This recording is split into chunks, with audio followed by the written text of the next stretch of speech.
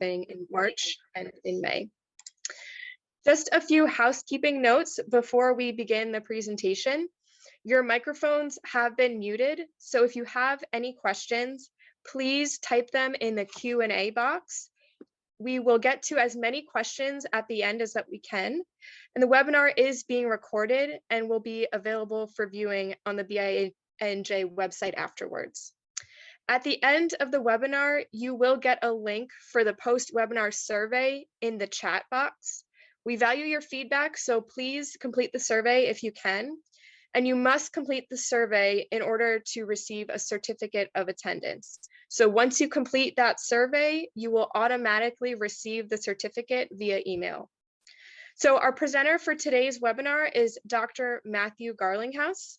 Dr. Garlinghouse completed his PhD in clinical psychology at the University of North Dakota and his internship and fellowship in neuropsychology and neuroimaging at Dartmouth Medical School, which is now Geisel School of Medicine. He has served as faculty at Harvard Medical School, Henry Ford Health Systems, Wayne State School of Medicine, and is currently an assistant professor of neurological sciences at UNMC, where he works as a clinical neuropsychologist. In clinic, Dr. Garlinghouse specializes in the evaluation of neurologic and psychiatric disorders, including epilepsy, multiple sclerosis, memory disorders, CNS cancer, brain injury, bipolar disorder, schizophrenia, and obsessive compulsive disorder. He is also pleased to donate his time for the assessment of women in shelter who may have experienced brain injuries. So with that, I am pleased to welcome Dr. Garlinghouse. Hello, everyone. Thank you for that wonderful, wonderful introduction. It's almost as though I wrote it myself. Oh, wait, I did. Today, we will talk about, provided I can get this all working here, trauma-informed care. And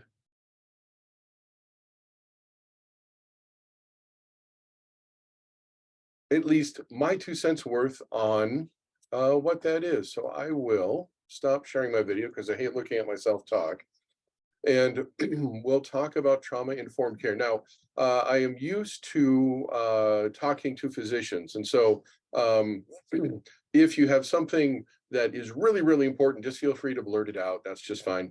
Otherwise, I know that Rachel did ask that we put things in the chat, and I'm very happy to address your questions. I talk for a living, and so I often run out of time, and I will be happy to follow up by email as needed. So don't feel as though if we don't get a chance to address your question in this moment that I won't be reachable. I opted for this presentation or this version of it. Often I like to talk about social justice issues, and I wasn't sure how broad the audience would be, and so I opted for a version of this talk that I had given to the Office of the Public Guardian, in part because I think trauma-informed care is different for those of us who can't fire our patients. So thinking about where you're at in that continuum, I feel is useful. And let me just state that I have no conflicts of interest to report. I'm not being paid for this. I don't have prescription privileges, so I don't have people throwing money at me, sadly. Hopefully someday they will, but I don't for now. I do try to use humor because I think we remember better as a species, but I don't want you to think that I'm making light of this subject. So it is a serious topic, but I do feel that we can have some fun with it, particularly over the lunch hour. I have my Diet Coke here with me. I hope you have yours. This is what I hope you will begin to think about. The way that we state our objectives now has changed over the years, and we have to be so formal about them. It makes me giggle a little bit, but my hope is that once we're done, you can begin to think about trauma-informed care in a different way. Normally, what I tell people is most of this you already know, but there may be some items here and there that may help shape your pursuit of how you engage in trauma-informed care, and that's what my hope is. So, how do we think about or set the stage for this discussion? So, one of the most important things about trauma-informed care is being sure that we're speaking the same language, and I'll get into that more a little later. Um, but there are ways that our and my clinic in particular is set up that are not really useful. So things that I've had to address in my own practice. I often work with trafficked patients who are incredibly resilient, and I have yet to figure this out, but there are times when in the middle of being trafficked, they're able to phone me for support. And my admin initially wasn't quite aware of this, and she would ask for a phone number where I could call them back, which of course would be very dangerous for them. And so I had to, she was very upset that she said, these people never leave phone numbers for you, Matt. I don't know what's wrong. And I had to explain that scenario to her. The other scenario that is becoming more and more common is people who are referred for neuropsych testing when they're using cannabis routinely and can't stop. So when they come in for testing, what I'm really assessing is the effects of cannabis and not their neurologic disorder. And there are other clinical vignettes that I'll get into later, but the context is developing a common language so that we can think about how we do things. And it's not just being kind to patients. It's not just having my admin be polite when my trafficked patients phone me. Says, "Oh, listen, yes, I'll take, I'm so good to hear from you." Isn't that trauma-informed care if we're just kind? Well, no. But we'll talk about that more. And in terms of getting a common language, it's important to take a look at trauma. What is trauma? And when I survey my colleagues or I talk to groups and I say, oh, and by the way, I miss meeting in person. Oh, I talk about what is trauma. I miss group discussion. Now, trauma can be hard to define, but I think we know it when we see it. And yes, that's a cactus. My goodness, ouch. So as scientists and nerds, my fellow nerds and I have read through the literature, and the literature has, from the National Institutes of Health on down, come up with a really good definition of trauma.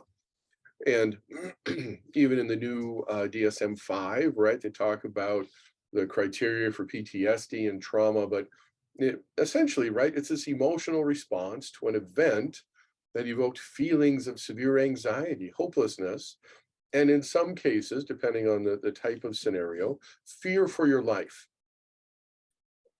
And on that continuum, symptoms can include denial. Wow, that just happened. Did that just happen? Flashbacks, emotional lability, irritability, disrupted sleep, symptoms of depression, headaches, and then anxiety or PTSD, as we conceptualize it now. And psychological trauma plays a role in a wide range of mental health and social problems. The thing that I love about this photo, by the way, is that this diver is so comfortable. The thing that cracks me up about this is the diver is not even looking at the shark's mouth in this moment. So comfortable here that you have this ginormous gaping eating machine. And look, he's like, oh, look, there's a pebble on the bottom of the ocean. Unbelievable, the things that we can or can't be comfortable with. I hate sharks. Used to scuba dive, talk about that. Hate sharks. Hate, hate, hate. No, no, no, no, no. This is not okay. So our responses to these situations vary depending on how we are made up. And we'll talk about that, right? So trauma can include a wide range of situations. Seeing somebody seriously injured or killed, being threatened with death or assaulted on the subway or what have you, or in a situation where you feel that injury is possible or likely. And we need to also remember that trauma occurs often. I think we think of trauma as occurring. Oh, I was involved in some earthquakes when I was growing up in California. These big events. But they also, you can have trauma. It's fair to have psychological trauma from less exotic scenarios. Falling down the stairs, falling from a ladder, getting the cereal box out of the top shelf of the cupboard. In a house fire, I had a friend while I was on internship whose the house they were staying in caught on fire, and they got lost in their house, and had their neighbor not come in and got them, they would have perished. We particularly for kiddos, for example, who have a lot of invasive medical procedures that require IV or PICC lines. You can have, phobia for doctors, needle phobia, all kinds of things. One of my favorite stories is I came home from college at one point and saw my aged father up on the roof of our house cleaning leaves out of the gutter. And the ladder was on the ground because he had knocked the ladder off, and he was just doing his thing up there. And I had a moment where I'm like, oh, sweet Jesus, that's not okay. There are these events that are problematic. And my mother came out as soon as I got in and she said, you get your father off the roof right now. He won't listen to me. So she was also having a traumatic moment. And thankfully everything worked out okay. But think about trauma, in a broader sense. There are different types of things that can affect us. Certainly being involved in a car accident, getting COVID, all of these things now often produce trauma. And as I mentioned, both the husband and the spouse, and their son for that matter, can be traumatized, in this kind of incident. And this is my favorite picture, right? So this is why somebody's son invented this, because they never wanted to see dad up on the house again, right? Necessity is the mother of invention. So let's talk about, we've begun to sort of very briefly define trauma. So we have a language to talk about trauma. And now we're going to talk about the brain and trauma in the brain. And it's always been fascinating to me to think that if I said, hey, you moron, what's wrong with you? That I can cause trauma to the person I'm talking to. How is it that my words can impact the physical health, the brain structure even of other human, other beings, animals, dogs, cats, children, adults, right? There are even these environmental things that don't affect the brain in an impactful way. And by impact, I mean like forceful injury, right? Just the act of yelling or being rude can affect brain function. And so we have this hypothalamic pituitary adrenal axis.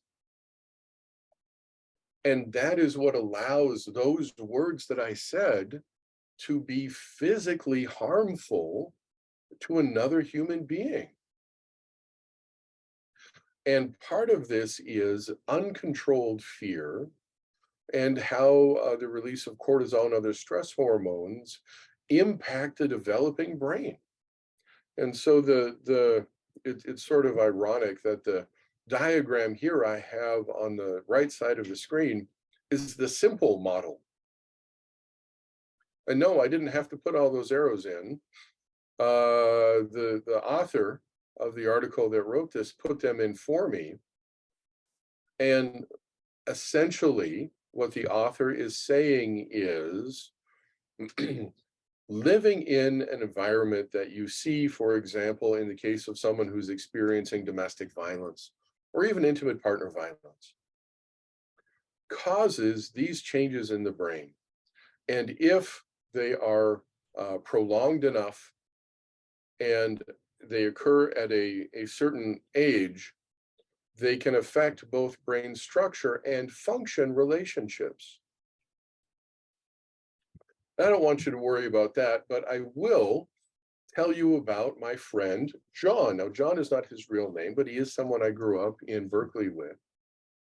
And I don't know if it's because I'm a guy or whatever, but when we were younger, I had no idea that John was experiencing living with domestic violence.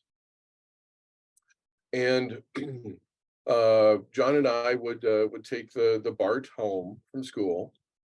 And then we had to walk a couple of blocks. And in hindsight, it occurred to me that as we approached his block, so his house came first next to the bus stop, and then mine was a couple blocks up the hill. He would get real quiet and he would be looking. And later on, as we've talked about this as adults, what he was looking for was to see where his dad's truck was. Because if his dad's truck was not there, it meant that his dad was at the bar and he and his mother were likely going to have a really horrible night. If his dad's truck was there and sort of parked up on the curb, it meant that his dad was likely already home and had passed out, and he would have a good night. And he never knew.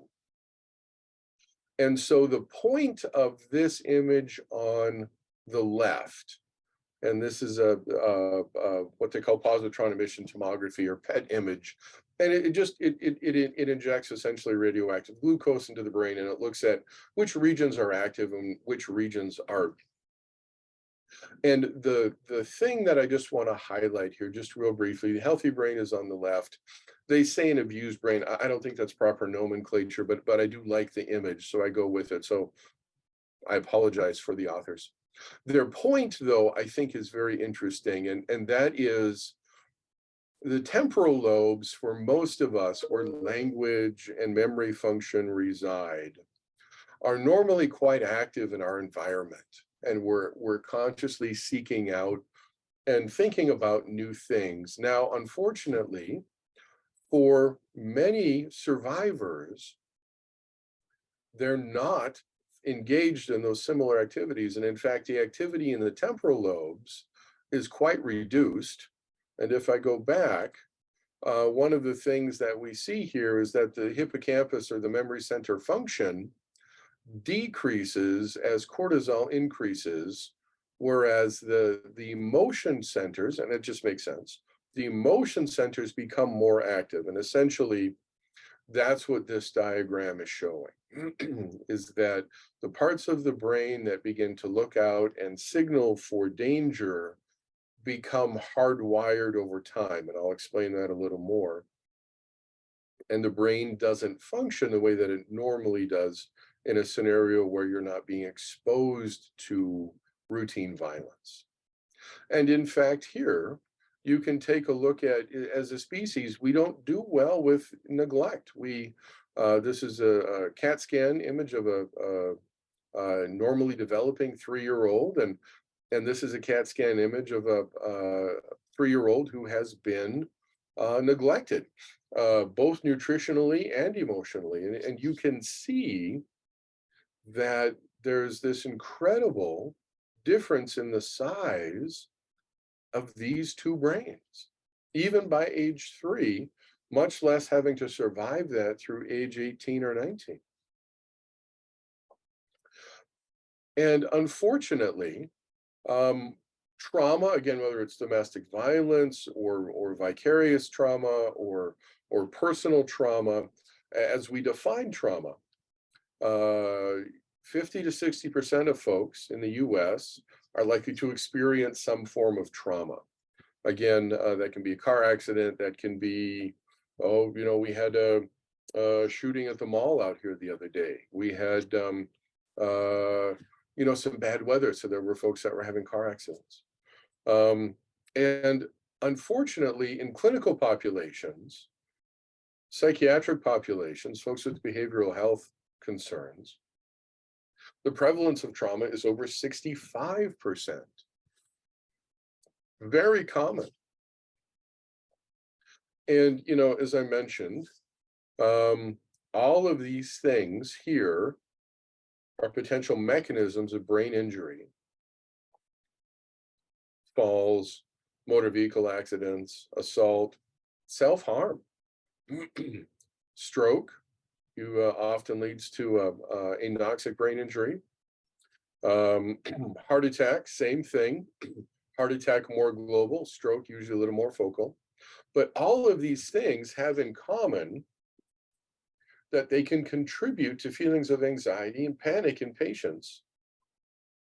And generally, at least in my training, we weren't really taught to think about, strokes and heart attacks as causing PTSD.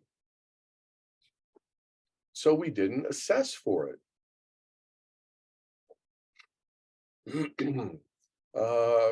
Also, there are often, there's a large segment of the population that experiences seizure disorder.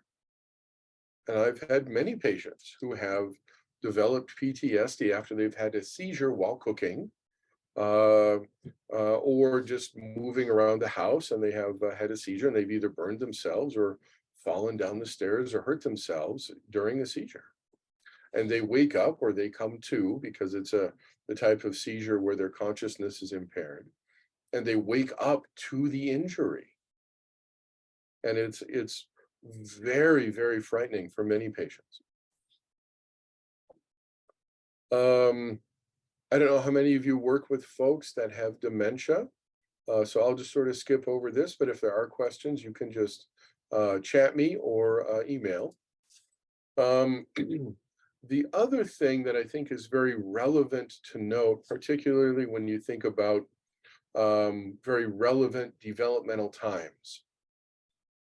So if you think about from conception to birth, the brain is essentially growing a matrix, right? We start out as a sphere, then we turn into a tadpole while we're in utero, and our organs, even at some point, some of them form outside of our body, and then have to be folded in because, again, space is at a premium. And by the time we're born to maybe 1 year after, give or take a little bit, most of the 125 billion neurons that we have in our brain are largely present. And then, believe it or not, we spend the next 20, 22 years, longer if you're a man, because women are built better and you're smarter. Your brain is essentially hardwiring itself to be the most adaptive that it can be based on your environment.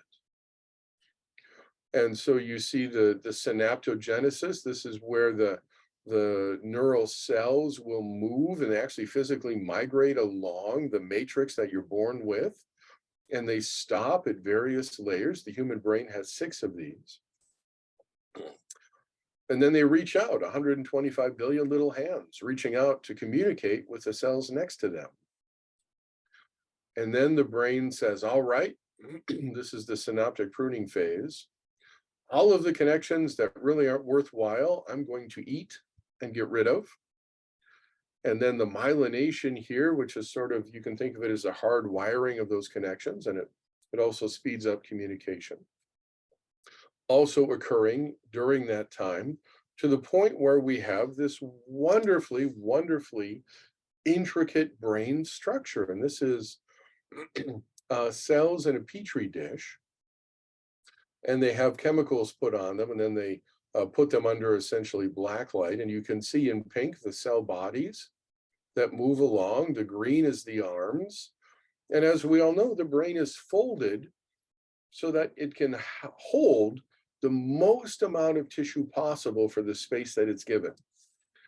And having watched 3 of my children be born, I'm very grateful their heads were no bigger than they were. And in fact, as we think about it as a species, the human head at birth is about as big as it can be. And so what the brain has been doing, depending on how you feel about evolution, is working to miniaturize as much as it can so that it can squeeze in as many connections, because it's interesting. It's the connections that are associated with adaptive ability. So I'm about 6'4", and statistically speaking, my brain is larger and heavier than most of yours. However, unfortunately for me, fortunately for you, that doesn't mean that I'm necessarily smarter. We look at smarts or intelligence often as this interconnectedness and not, just raw size. And so I mentioned the layers earlier. That I love this slide. This is actually the layers in our brain. The computers of the cells, or the cell bodies, are here, and you can see them, the little green circles and the little light blue circles. And then the hands reaching out are these like little fibrous things. And at the top of the slide, you can see that there's a layer of hands that only reach between 2 layers. They're very close together. And toward the bottom of the slide, you can see that there are layers that reach out over longer distances. And in fact, some of those layers, through connections, reach out to your big toe. Some of these nerves are feet long. And all of these things are essential for developing adaptive behavior. And this is what trauma disrupts. And this is a slide essentially of 3 main neural networks, structural networks in the brain. And essentially, what I want you to think about is that they become more interconnected over time. That's essentially what maturation is when you're born, these networks don't talk well to each other. And over time, they learn to talk well to each other, but they learn in the context, again, of your life. And so if your life is fear-based, it affects how these networks operate or interconnect. If your life is not fear-based, it looks different. And so there are more relevant timelines for us as a species when trauma is more impactful in terms of how our brain works over time. And when we're done, this is how the brain looks. This is a side view. This is the 6 layers that I showed you earlier, the less magnified view. And these are all the arms that are reaching out. The back of the brain here, this is the cerebellum. This is the front of the brain where your eyes are. And this is the area that they were trying to swab with those damn COVID swabs. And all of these things, all of these networks, all of these structures are designed to help us behave as adaptively as we can. And trauma affects the very, very fundamental networks because the brain is plastic. So when I was at Harvard,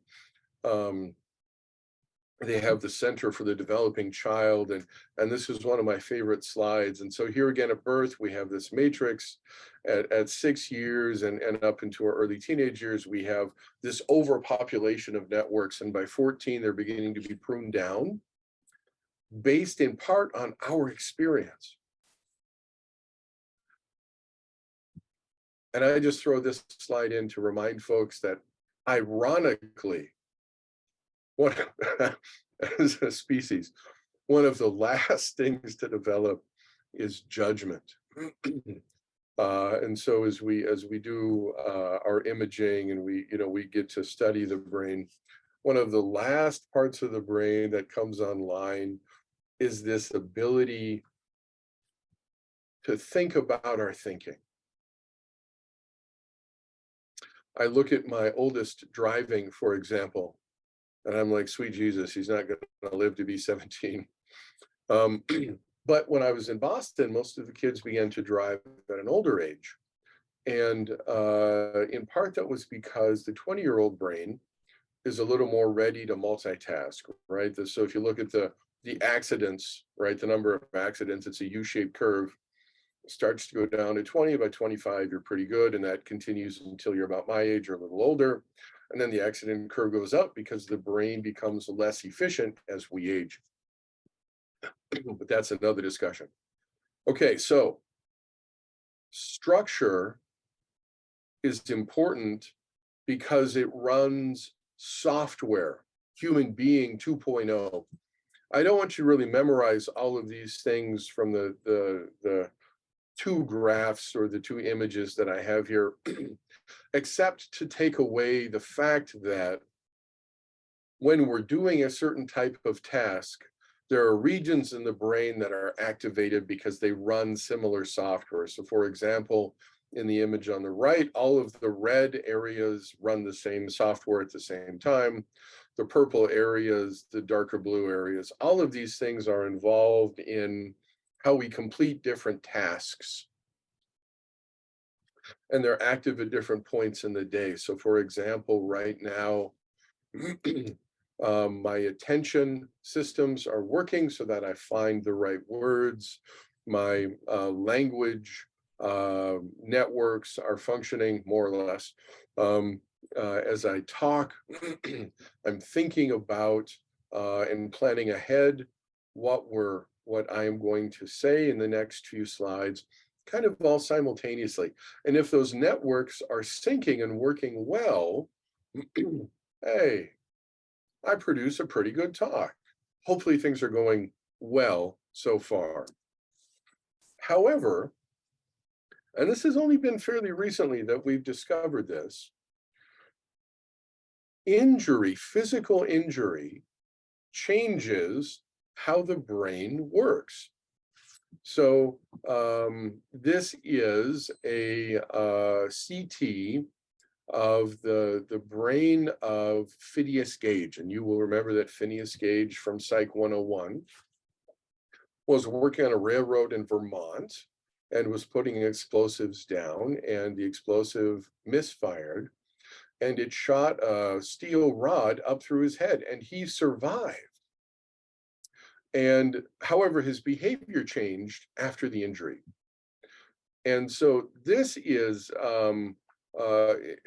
well, for all of us geeks out there, this is a neuroimaging based functional map. And all I want you to see is all of the interconnectedness. As I mentioned earlier, that's what drives our species. And you can see here that there's a lot of things talking to other things. That's good.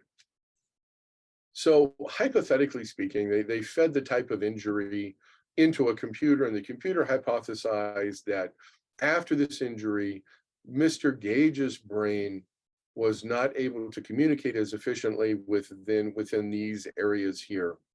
And then that likely explained the change in his behavior. So I have met with survivors who have been body slammed through coffee tables, who have been in comas. And unfortunately, because the abuser is afraid of being arrested, they often don't receive medical care. Survivors often don't receive medical care. And so this is one way that trauma can affect a brain, is you have an untreated injury. And this is a tough slide, but this is, I bring this up for a reason. I don't want to offend folks. So this is shaken baby syndrome. And the difficulty with our brain is that it has to rest in these divots at the base of the skull.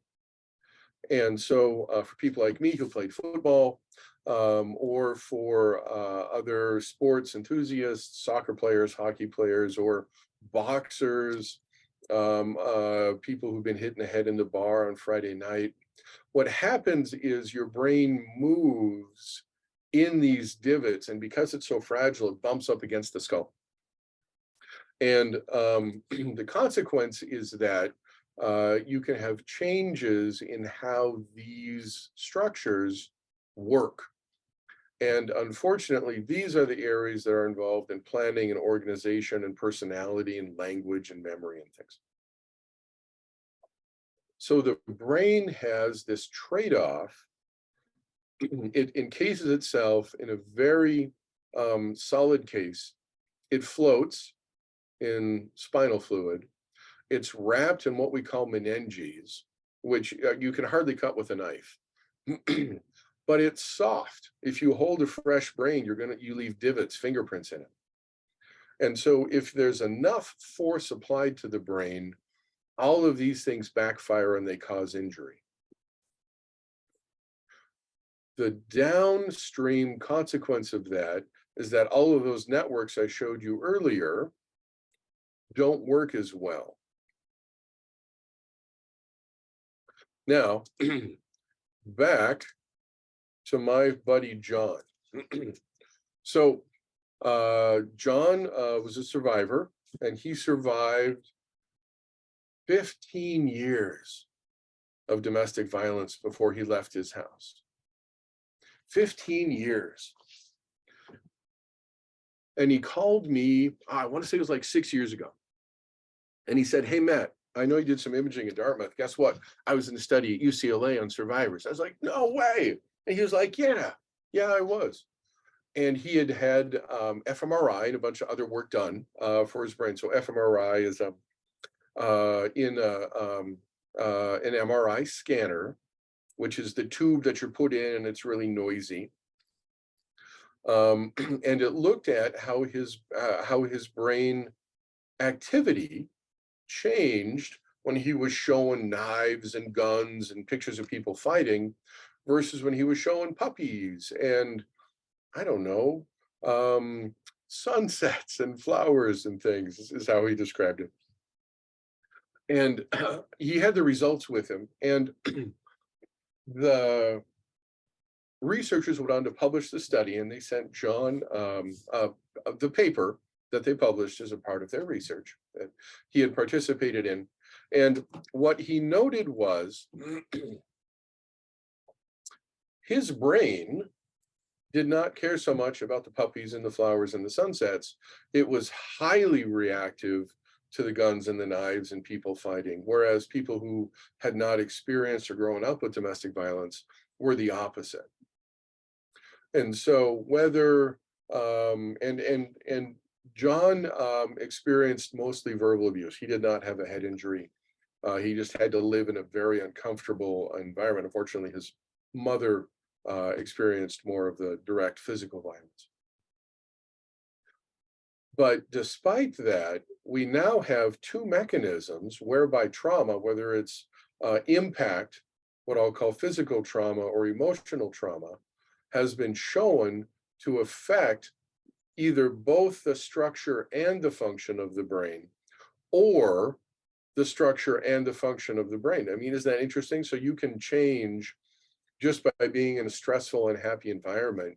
You can again change how your memory centers function, how the emotional centers function, and you can see that on imaging. So we have this multiple pathway potential now for how the human body manifests trauma. As a consequence of trauma, people experience this common symptom cluster, other symptoms as well, but this common symptom cluster. So depending on which populations you work with, you will have people say, you know what, since this one event, I've had a headache, right? If you have a friend who maybe was in a fender bender, maybe the airbags didn't deploy, but you know, they were driving maybe 25, 30 miles an hour. They didn't have any broken bones, but they don't feel right. They have headache. They feel a little fatigued, maybe a little nauseous. Often people will report neck pain, dizziness, motion discomfort, right? They talk about my brain feels slow, I can't concentrate. Certainly a lot of the kiddos we see for concussion, right, talk about these kinds of symptoms, or our survivors in shelter who have been hit, or even who haven't been hit but have lived with this kind of abuse for long enough that it changes their thinking. Folks are less sort of emotionally intact, right? They're a little more edgy, a little more irritable, less in control. And the big one here, right? They have trouble with sleep, either falling asleep, staying asleep, even though they're more fatigued than usual. They just don't feel like themselves.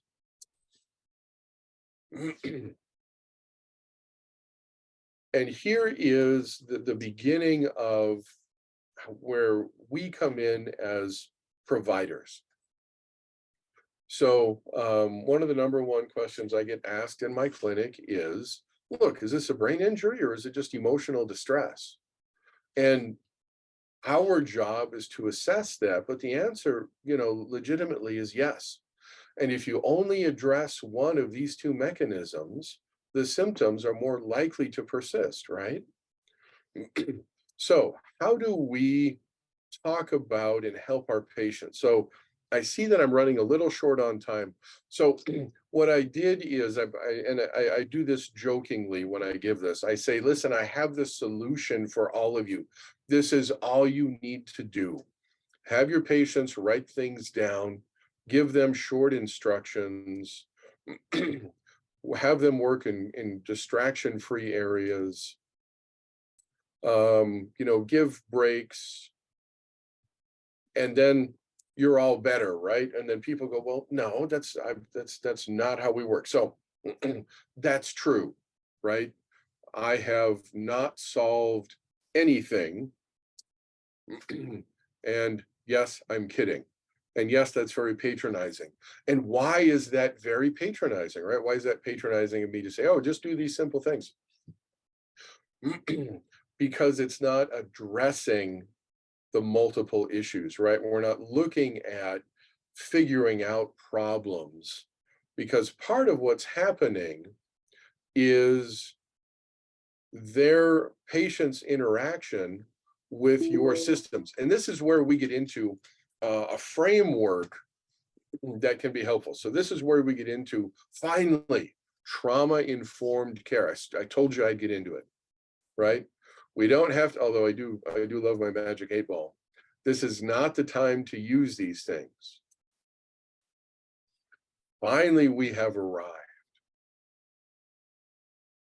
This is very interesting. So what we are asked to do without knowing it is transition seamlessly between trauma-specific and trauma-informed care in this model.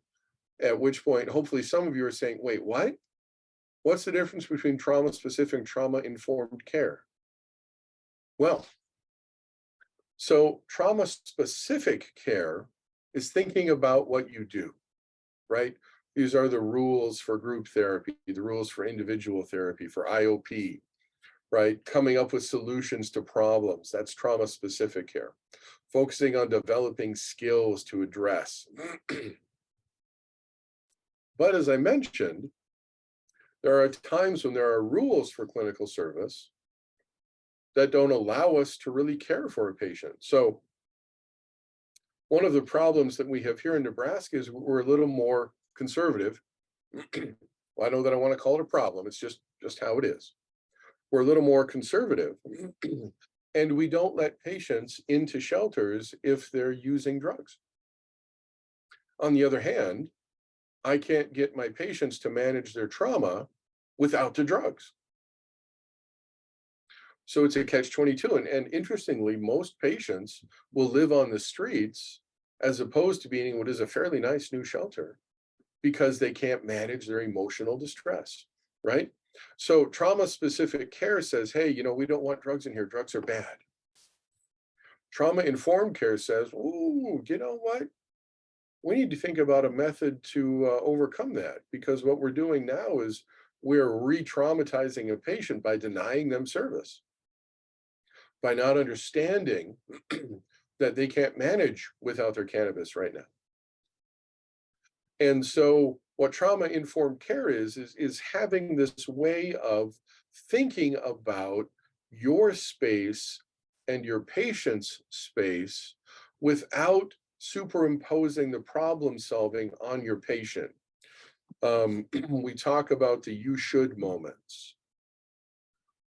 So I have a patient who hit their head on their cupboard and they have not been the same since. I can't explain it. They should be better, right? It's been 6 months. No, that's not useful. Trauma-informed care. So I like the sanctuary model by Sandy Bloom. And I've got about 5 minutes left, and then I'll take questions. So I haven't forgotten about you. Because it talks about how things not only affect a patient, but also the system that you work in. How do we avoid recreating the trauma for our clients? How do we avoid having them feel like we're judging them? Right? So we have to think about the life script, not only of our clinic, but the life script of our patients and where these things don't jive. I talk about you need to walk with the patient. You are not problem solving their improvement. You are walking with them while they adjust their life script so that they can function in a way that they want to function. What tends to happen as providers, at least in my case, I don't know about yours, is there are certain patients where you feel like you're hurting cats. And in that moment, what I have come to realize is that more often than not, it's because I haven't paid attention to the life script of the patient. As an institution, how does the life script of the patient interact with the authority that I have as a member of the hospital? How my staff addresses billing issues, how I function when I'm busy. So guiding principles, wrapping up here, guiding principles. The first thing we need to do, the whole point of my talk, because I know you're thinking, man, you didn't really leave a lot of time to talk about trauma-informed care. My point is in emulating this is that you have to have shared knowledge. We have to be on the same page, and that's why it's so important to go through this very long introduction. Okay, we have to share knowledge so that we have a common language, so that I am on the same page as my patient, as my manager, as my division chief, all of these things. Shared practice. How can I assess effectively what's happening? How do I assess that? How do I get buy-in from my division chief? How do I get buy-in from my patients? And then treatment. What does treatment look like? Well, we work within the vision of the patient to walk that walk with them. And the point of all of this is that you have a framework for evaluating institutional barriers to effective patient care. We have moved beyond problem solving for the patient. We have moved beyond all of these things to begin to have a common language with the patient so that we can work with them. So now, when my trafficked patients phone, I have a protocol that my admin appreciates. She understands why they can't leave a message. They're not being mean, and everybody feels better about this process. Essentially, that's trauma-informed care. It's not just being polite. And that's a real basic model. Just looking at the systems that are in place. And we talk about trauma-informed care in many different ways, but from my perspective, that is essentially what it is you have to have the same language in your institution so that you can use your clinical skills in an environment where there are as few barriers as possible to not fix your patient, but to help them meet the vision of their life that they want to have. And so I will stop there. There are several other slides that talk about, in some ways, how do you begin to think about managing patients that you can't fire. So, for example, if someone misbehaves in my clinic, I have the right to fire them. But if I gave this to the Office of Public Guardian here in Nebraska, for example, and as a part of that, right, these are people who can't fire their clients. And there's a lot of inherent trauma in that system because naturally, this is a group of people who don't want a guardian. The state says they have to have a guardian, and they take out all that angst on the guardians, just like for those of you that are assisting with the care of patients that have had brain injury in many ways. So, okay, as I promised, I know that I talk for a living. I will stop talking and do my best to answer any questions that I can. Thank you, Dr. Garlinghouse. Very, very informative. We have just one question really in the Q&A. It's just asking about if we can share the slides after the presentation. Yeah, please. Okay, so we will be able to get those to people after the presentation. Does anybody else have any questions? You can feel free to put that in the chat. I see some people with raised hands. If you can put in your question or comment in the Q&A, I can see it.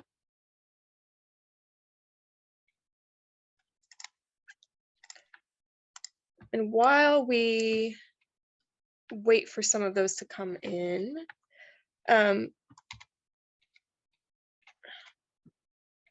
somebody asked, can a fall on the head cause trauma? So yeah, the answer is, the short answer is yes, right? So depending on the nature of the fall, if it is a fall down the stairs late at night in a building you're not familiar with, right, that can cause emotional trauma. Certainly, it can cause physical trauma. I had a friend fall while skiing, for example. There was enough impact to cause bleeding and what they call diffuse axonal injury or shearing. So yeah, the short answer is yes, without having a little more information. I think it's important to note that we do tend to see a portion of the population where the symptom burden does not match the mechanism of injury. As I mentioned, somebody who maybe bumped their head on their cabinet, didn't get knocked out, but they have all of these symptoms now. It's important, again, to understand how to treat all of those symptoms with respect and not be, well, you should have recovered by now. What's wrong with you? Mm-hmm. Thank you. Somebody was asking about providing trauma-informed care to patients with dementia, which I know that you mentioned briefly, but if you have just a little explanation. Absolutely. And again, a lot of that is just systems-based concern, right? So in my world, that often revolves around family wishes for housing versus client wishes for housing. How do you figure out who's going to be power of attorney?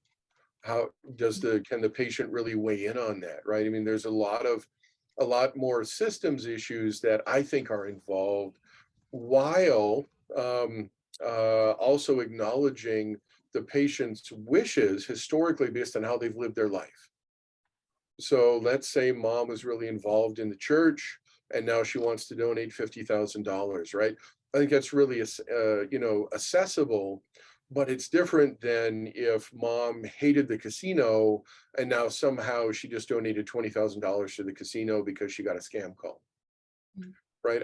I think that a lot of for trauma-informed care, I think looks more like looking at the context of the patient and helping the family navigate in that context, right?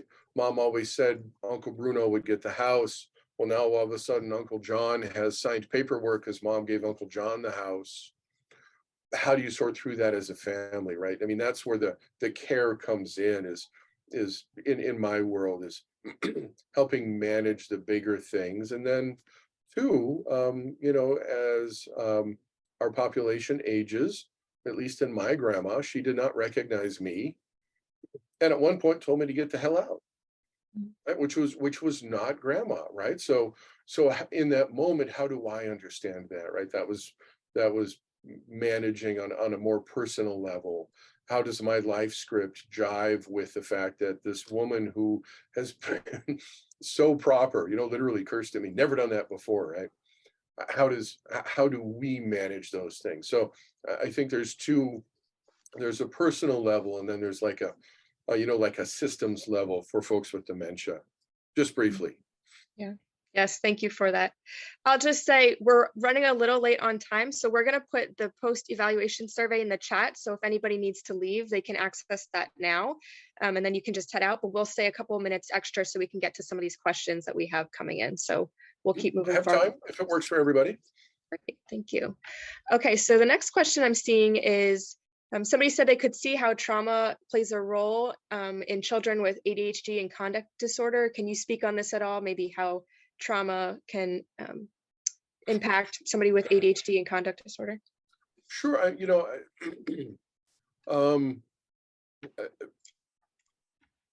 I think it's a little different these days, but still, if you move and you use the western part of my state as an example, there is still very little tolerance for disruption and noise in the classroom. If you're spacey and you're not doing well, you're fine. But if you are disruptive, you will get an intervention. And so for kiddos with conduct, or what I call the sort of the more behavioral manifestation of ADHD, the consequence is often, depending on the school system that they're in and how their family feels, that they learn their life script says that they are different and not as good as. And I think that's emotionally traumatic. And then I think that has consequences for the systems that they work in, right? So are their parents embarrassed by them? Right? How is their family system work? Are they more prone to violence as a consequence of, you got another F. This is simple. Do your homework. I can't do my homework. Do your homework. Fighting with mom and dad about some of these things, right? I think all of these things come together, and at some point, there is an association between that impulsivity, that lack of awareness, and acting out all at once. Man, I'm really frustrated. I have nowhere else to go. I can't be home. I got to go somewhere. I'm unhappy, and I want to get back at someone.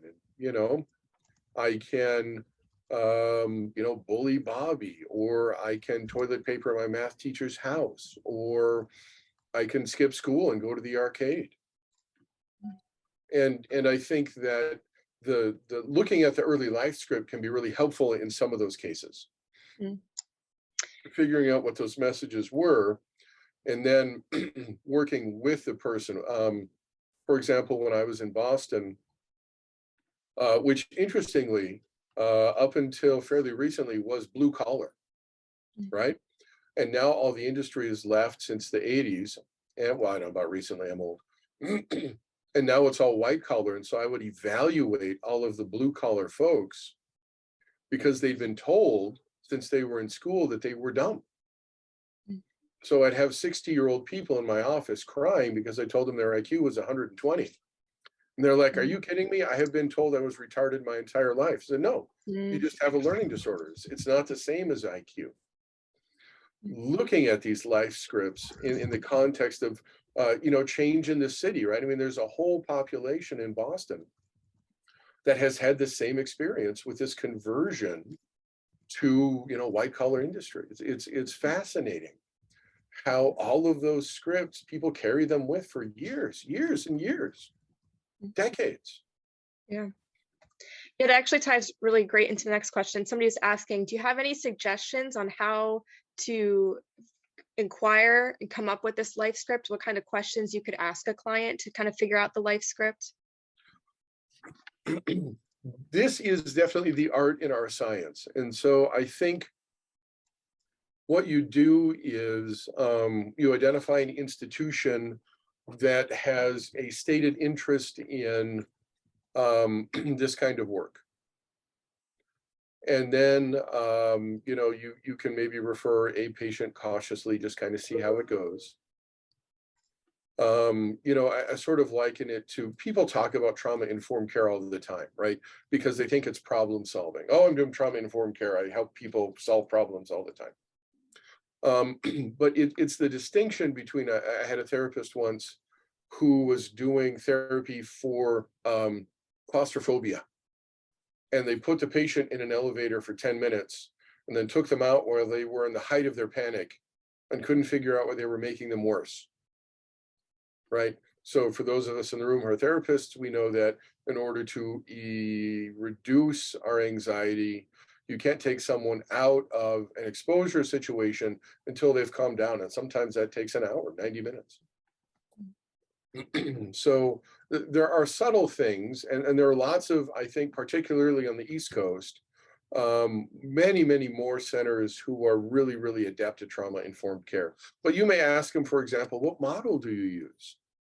So there are certain models, and if they can, right off the top of their head, go, oh, listen, we use this model, I think that's a good sign. If people are just talking about doing trauma-informed care, but they don't necessarily have a model or an author that they like, well, maybe that's a little more iffy.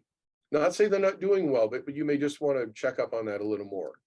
I think there's still some confusion out there about which is which, and there are just some follow-up questions you can ask to see if they have a particular model. How can you be involved in the care of that patient? How can you assist with that, to get a sense of really what they're doing? Great, thank you. We have another question here that said, you mentioned this idea of the brain running certain types of software. And so they were asking, in the case of a stroke, how can you manage maybe the parts that are injured and can't really run that software anymore? And this is the difficulty, right? So frank PTSD, that was the result of witnessing an act that didn't affect you physically from an injury standpoint, right? So if I'm on the subway in Boston, I see someone get shot, right? That's enough to affect the software in my brain. Sleep, anxiety, flashbacks, all that stuff. Now you have stroke or physical injury, particularly if you have a hemorrhagic stroke, and it's in a large vascular territory, right? So not only are you bleeding out into the brain parenchyma, which is toxic and causes cellular death, but you're also creating an injury downstream for all those other brain regions that used to feed off of that blood vessel. So they talk about MCA, or middle cerebral artery strokes, right? Now, as you know, we have very good rehab for that. The difficulty is software problems are fixable. We have therapy for PTSD, people can get better. Their software can be retrained on how to run. For stroke patients, you see people putting widgets in a box with their affected arm, particularly if it's MCA, right? You have changes in language fluency, and language understanding.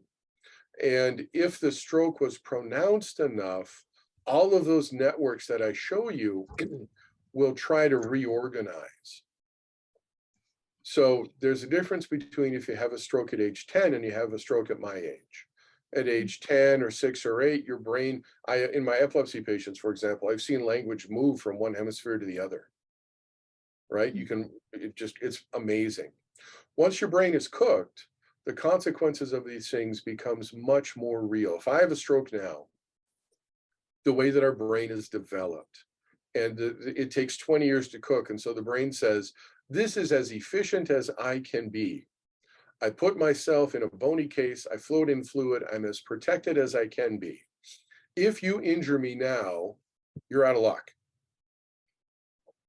So there, we all know that there is some rehab, but the trade-off for the brain right now is that it is only willing, after it's injured to a certain point, to do so much. And that may be because historically, folks that were in that type of injury zone perished. And so the brain hasn't learned or evolved to manage that type of injury, right? Mm-hmm. So yeah, stroke is really tough. If it's a major stroke, we all know that you can get some rehab, but the brain is designed only to allow so much change after a certain age. And so you can, with speech and PT and OT, you see some improvement, right? The golden rule, 12 months, 18 months, major progress, and then little steps. And that's because the brain is not willing to do much more than that in terms of recovery. It's spent all this time wiring 125 billion cells. It can't undo that anymore. Mm-hmm. So it's tough. Mm-hmm. Yeah. Thank you for that. And I think we're just going to take one last question since we're running pretty over. So the last question we have is, can a person have ADHD after emotional trauma? This is a very interesting question. And I'll just give you my 2 cents. True ADHD, I think of as a neurodevelopmental disorder. So it would have been present before the trauma. And then the symptoms may become more prominent after the trauma because the software isn't working as well and it can't contain what is essentially ADHD. So that being said, you certainly can have attentional problems after trauma. And I have had a lot of patients who've been treated with stimulants to some effect, even though they don't have any history of ADHD, their academics are fine, et cetera, et cetera, et cetera. I will say that the subgroup of folks who didn't have symptoms before trauma do seem to be more susceptible to the downstream side effects of stimulants, anxiety, irritability, bad sleep, bad appetite, and they don't tolerate the titration up as well. And so you can, historically, now it's a little more tightly regulated, but back in the day, you would run into folks that had trauma, whether physical or emotional, and they would be on these high doses of Ritalin, 80 milligrams, 90 milligrams. And they would be, they would have insomnia, they'd be getting divorced. They couldn't work. I mean, they were apathetic. I mean, they couldn't sit still. I mean, they're just, all over the place. And when they come off the meds, you know what, that stuff goes away. And so I think the trick for providers is to think about, is it a short-term fix or a long-term fix? And should we really increase the dose of your meds without having a diary to track your symptoms? So what I tell people is, I think ADHD and our understanding of it is still evolving. I can't guarantee you that it's not going to be present after the fact, but I would say that for folks that don't have a history, who suddenly seem to have it, get a diary, start low, go slow, work carefully with a provider, do more frequent med checks, and just be sure that you're not just sort of priming yourself on pharmaceutical grade meth. Because we all like stimulants. I mean, coffee industry is $1 trillion industry, not by accident, but too much is a problem. And so, I think finding that balance is what's tricky for folks that have these symptoms emerge out of the blue. Mm-hmm. Yeah. Great. Thank you so much for answering all those questions and for providing such really important information. We really appreciate your time, and thank you for staying extra to answer some of these questions. So again, if anybody had any questions that we couldn't answer today, please reach out to me. My email address is in the chat, and we will connect you and get an answer for your question. And please also back. Sorry? I'd say happy to email back. Oh, yeah. Oh, perfect. Yes, he is happy to email back. So we'd love to get you some answers to those questions. And again, if you are able to, just complete that survey also found in the chat. So thanks again for attending, and we hope to see you at our April 4th webinar on dimensions of wellness. So this concludes today's webinar.